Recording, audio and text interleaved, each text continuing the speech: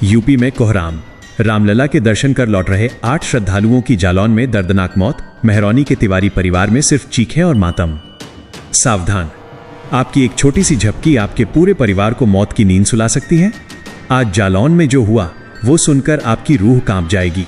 आज यूपी के जालौन में हाईवे पर मौत का ऐसा तांडव हुआ है जिसने हंसते खेलते एक ही परिवार के 8 चिरागों को हमेशा के लिए बुझा दिया। क्या आप जानते हैं कि अयोध्या से रामलला के दर्शन कर लौट रहे इन श्रद्धालुओं के साथ उस मोड़ पर क्या खौफनाक मंजर बीता। सोमवार की वो सुबह करीब 6 बजे का वक्त, जब दुनिया जाग रही थी, तब काल जालौन के कालपी कोतवाली क्षेत्र में जोल्हूपुर मोड़ पर घात लगाकर बैठा था एक टवेरा कार, जिसमें ललितपुर के मेहरौनी का एक ही परिवार सवार था। बड़ी तेजी से अपने घर की ओर बढ़ रही थी। कार में 10 लोग सवार थे जिनके दिलों में रामलला के दर्शन की खुशी थी। जुबान पर जय श्री राम के नारे थे और आंखों में अपनों से मिलने की चमक।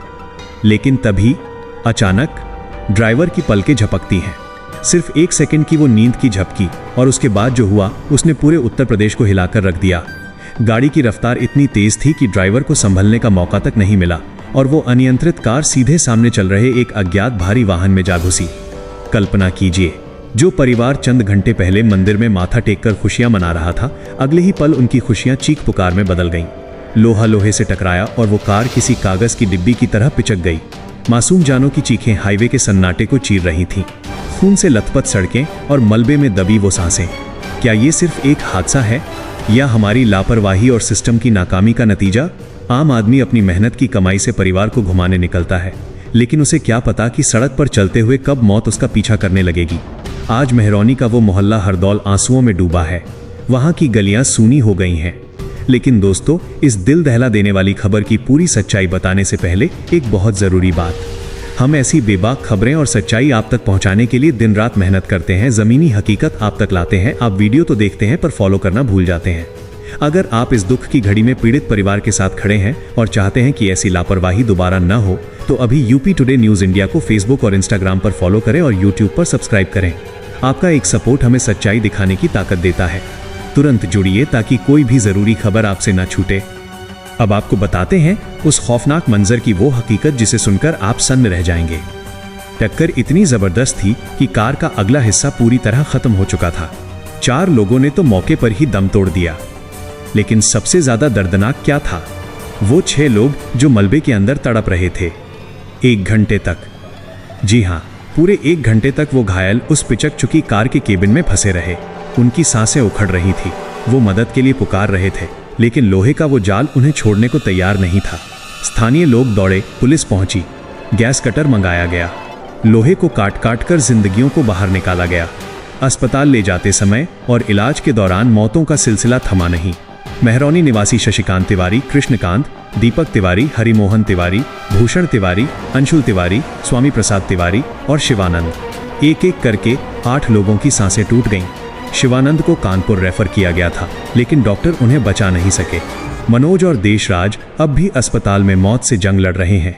और शर्मनाक बात देखिए, जब एम्बुलेंस उरई के मेडिकल कॉलेज की इमरजेंसी के बाहर पहुंची तो वहां मरीज को उतारने के लिए एक वार्ड बॉय तक मौजूद नहीं था। 10 मिनट तक वो तड़पते हुए मरीज एम्बुलेंस के अंदर ही पड़े रहे। क्या यही हमारा सिस्टम है? क्या यही हमारी स्वास्थ्य व्यवस्था है? जहां एक एक सेकंड की कीमत जिंदगी होती है, वहां 10 मिनट तक किसी ने सुध नहीं ली। अंत में वहां मौजूद आम लोगों ने ही हिम्मत दिखाई और घायलों को अंदर पहुंचाया। लेकिन तब तक बहुत देर हो चुकी थी। जिस अज्ञात वाहन से टक्कर हुई थी उसका ड्राइवर मौके से फरार हो गया। पुलिस अब सीसीटीवी खंगाल रही है, लेकिन उन उजड़े हुए परिवारों का क्या?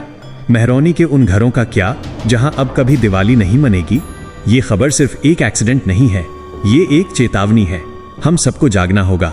अगर आप चाहते हैं कि भविष्य में किसी और का घर इस तरह न उजड़े, तो इस वीडियो को इतना शेयर करें कि ये जिम्मेदार अधिकारियों तक पहुंचे।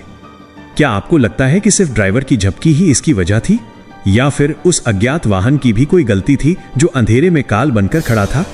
और क्या उस मेडिकल कॉलेज के लापरवाह कर्मचारियों पर कार्रवाई होगी जिन्होंने मरीजों को तड़पने के लिए छोड़ दिया? आपकी क्या राय है? कमेंट में अपना गुस्सा, अपना दुख और अपना सुझाव जरूर लिखें। आपके कमेंट ही सिस्टम को जगाएंगे। और याद रखिए, ऐसी ही हर छोटी बड़ी और जरूरी खबर के लिए यूपी टुडे न्यूज इंडिया को अभी फॉलो और सब्सक्राइब करें, क्योंकि अगर आप आज नहीं जुड़े तो कल शायद ऐसी ही कोई जरूरी जानकारी आपसे मिस हो जाए जो आपके या आपके अपनों के काम आ सकती थी। जुड़े रहिए, क्योंकि सच जानना आपका हक है। कमेंट में RIP लिखकर उन आत्माओं की शांति के लिए प्रार्थना जरूर करें। आज प्रातःकाल कालपी थाना क्षेत्र में NH 27 पर एक टवेरा गाड़ी जिसमें कुल 10 आदमी सवार थे। ये सारे लोग रहने वाले ललितपुर जनपद के हैं। ये कानपुर साइड से अपने जनपद को जा रहे थे। अनियंत्रित होकर गाड़ी प्रथम दृष्टया प्रतीत हो रहा है कि किसी ट्रक में घुसी हुई है और इस दुर्घटना में कुल 6 आदमी की मृत्यु हो चुकी है। 4 आदमियों का इलाज मेडिकल कॉलेज में चल रहा है। जिलाधिकारी महोदय द्वारा और मेरे द्वारा घटनास्थल का निरीक्षण किया गया। CSC मेडिकल कॉलेज जहां पर उपचार चल रहा था वहां से घायलों को उचित इलाज के लिए मेडिकल कॉलेज रेफर करवाया गया। घायलों का यहां पे इलाज चल रहा है। 4 घायल हैं। सूचना प्राप्त होते ही तत्काल SDM कालपी और CO कालपी और स्थानीय पुलिस बल द्वारा मौके पर पहुंचकर घायलों को उपचार के लिए CSC कालपी भर्ती कराया गया था और अग्रिम वैधानिक कार्रवाई। सर क्या मानते हैं किसकी लापरवाही की वजह से आपसे? यह जांच का विषय है, लेकिन प्रथम दृष्टया प्रतीत हो रहा है कि टवेरा गाड़ी अनियंत्रित होकर किसी बड़े ट्रक में टकराई है। ये लोग कहाँ के निवासी हैं? मैंने बता दिया, सारे लोग जनपद ललितपुर के रहने वाले हैं।